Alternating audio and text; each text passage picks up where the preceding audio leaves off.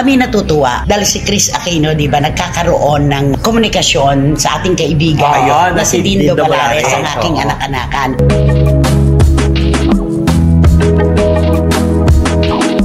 Pero ang hinihintay pa niya yung tatlong resulta ng AI, yung sa autoimmune niya, yung proseso, wala pa. Doon siya kinakabahan eh.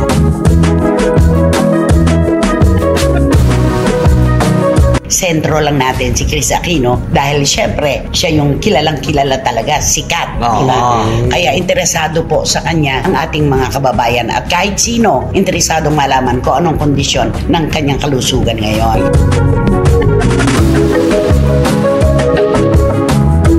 Alam mo, may mga kaibigan ako na nalulungkot, konting sakit lang nalulungkot. Pag iniisip daw nila yung pinagdadaanan ni Chris Aquino, gumagana ang pakiramdam nila.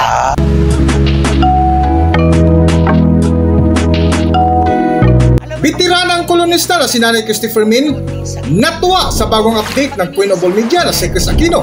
Kung bago lang kayo dito sa aking YouTube channel, huwag kalimutan mag-subscribe at pindutin nyo na rin ang notification bell para ma-notify kayo sa ating susunod na video. Maraming salamat!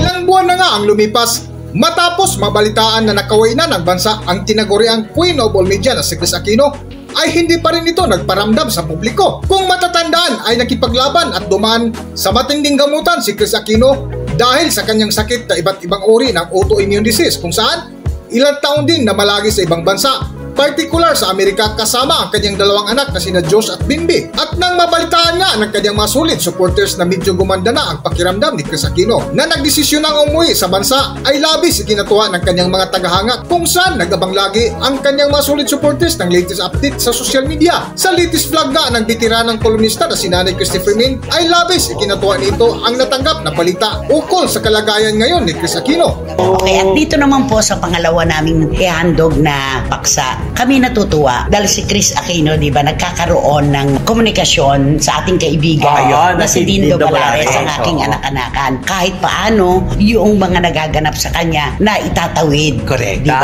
sa publiko. At ay parating sa atin.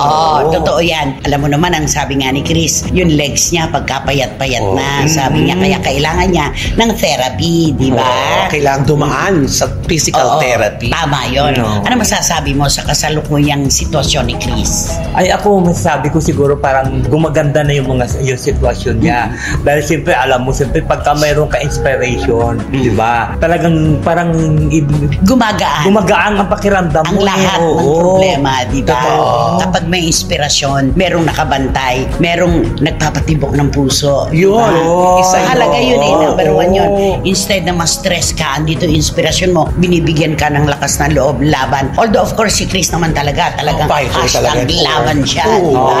Yun. Pero ang hinihintay pa niya, yung tatlong resulta ng AI, yung sa autoimmune niya, yung proseso, wala pa.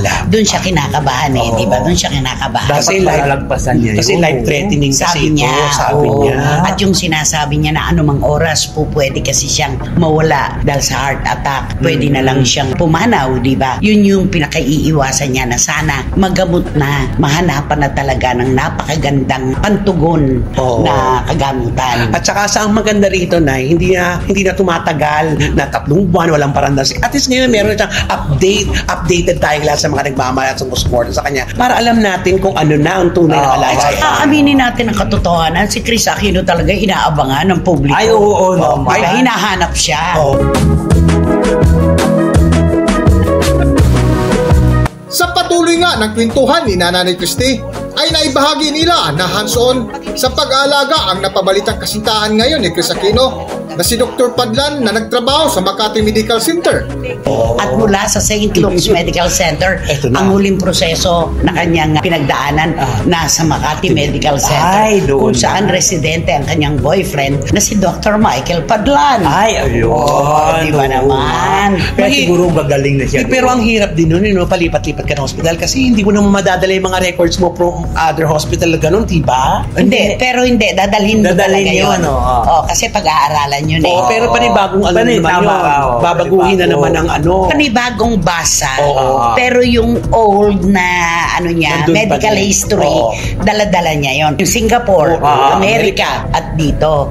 Hanggang sa mahanapan na talaga ng tunay na lunas para gumaling na talaga si Chris Aquino. Oo, kasi ang kalagayan niya kasi di ba babataas. Oo, eh. Maayos, hindi maayos. Tsaka ang payat niya, 87 pounds. Oo. Laki ng bina. Diba? Na dati-dati, di ba, nakakakain na siya. Bumabalik na karoon. Ngayon na naman, iba na naman, pumayat na naman. Pero alam mo, kahit noon naman na wala pang sakit si Chris, hindi talaga malaki ang binti niya. Ayo. Maganda ang legs niya. Maganda.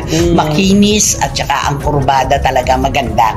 Kaya yung pagpayat niya ngayon, maaasahan mo na dahil meron siyang sakit. Diba? Pero ito talaga yung dasal ng marami sa ating mga kababayan. Ang swerte nga ni Chris mahal siya ng publiko. No? Oo. Yung sama-samang dasal gumagawa ng milagro yan eh. Correct. Diba? At ang swerte niya pa, kaya niyang anuhin ang kanyang karamdaman. Ay, oo. Gastusan. At nandito ang kanyang pamilya ngayon. Perfect. Oo. Kasama niya. Sa kanya ang At lahat diba? actually. At ang maganda na kay Chris, matapang siya. Rinalabanan niya ang sakit. Dapat Diba? talaga. Oo. Sino mang nasa sitwasyon ni Chris, kailangan talaga lalaban yan hanggang huli, hanggang sa finals, ika nga natin. Yes. Diba? Oo. Ang pinakamaganda dyan, nagawa mo ang nararapat. Wala kang pagsisisihan. Diba? Correct. Aba, yung mga pinagdadaanan niya, hindi ganun kasi. Ay, oo naman. Kung Diba? iba-ibang tao yan, Oo. napagod na yan. Sa dugtunga ng topic ni Nanay Christopher Min, ay naibahagi nila ang isa pang aktris na si Angelica Panganiban na kamakailan ay dumaan din sa matinding operasyon na ikinumpara ni Nanay Christy kay Chris Aquino na matapang hinarap ang matinding sakit. Alam mo kasi tapang niya si Angelica Panganiban. Ay, oo. Hip replacement po yun, yung kay Angelica. Oh. Pero nakita po natin pagkatapos ng 4 na araw, nakapaglakad na siya ng walang saklay at wala na siyang walker. Oo. Diba? Alam mo ba, iniyakan ko yung paglakad niya na naka-walker pa siya noon. Nung ipinakita yung itsura niya na umiiyak siyang ganyan, iyak siya na iyak ng kaligayahan yun, luha ng kaligayahan. Sino ba naman ang niluluwa?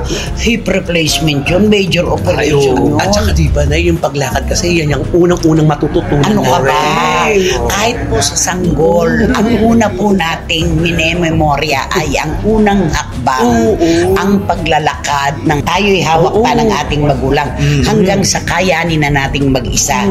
Unang hakbang. Kaya yun nangyari kay Angelica na yon at saka yung kay Chris Aquino na naka-walker siya. Ay, alam nyo po, biyaya po yun.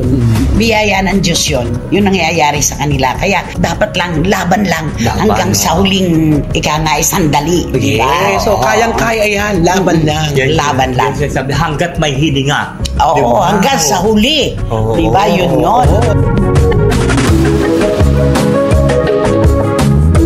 Isa nga sa mga wish ni Nanay Christy at mga kasama nito na sina Romel Chica at Wendell Alvarez ay gumaling na ang mga may sakit kung saan naging sentro ang Queen of All Media na si Chris Aquino sa kanilang panalangin dahil isa itong sikat na celebrity sa ating bansa na laging inaabangan sa publiko ang bagong kaganapan.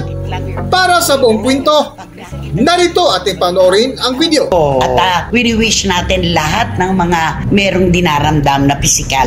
Sana ay maging maayos na ang kanilang mga kalagayan. Sentro lang natin si Chris Aquino dahil syempre siya yung kilalang-kilala talaga, sikat. Diba? Kaya interesado po sa kanya ang ating mga kababayan at kahit sino interesadong malaman kung anong kondisyon ng kanyang kalusugan ngayon. Yes. Diba? At saka maganda rito, pampalakas ito sa lahat nga ng nanonood sa atin na may dinadala-dala na karamdaman. Ito, kung si Chris Aquino, kaya din po nating lahat. Alam mo, may mga kaibigan ako na nalulungkot, konting sakit lang nalulungkot. Pag iniisip daw nila yung pinagdadaanan ni Chris Aquino, gumagaan ang pakiramdam diba? nila.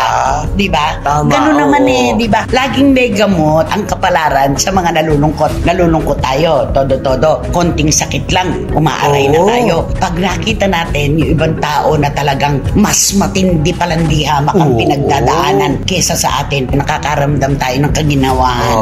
Ganun lang yon, diba?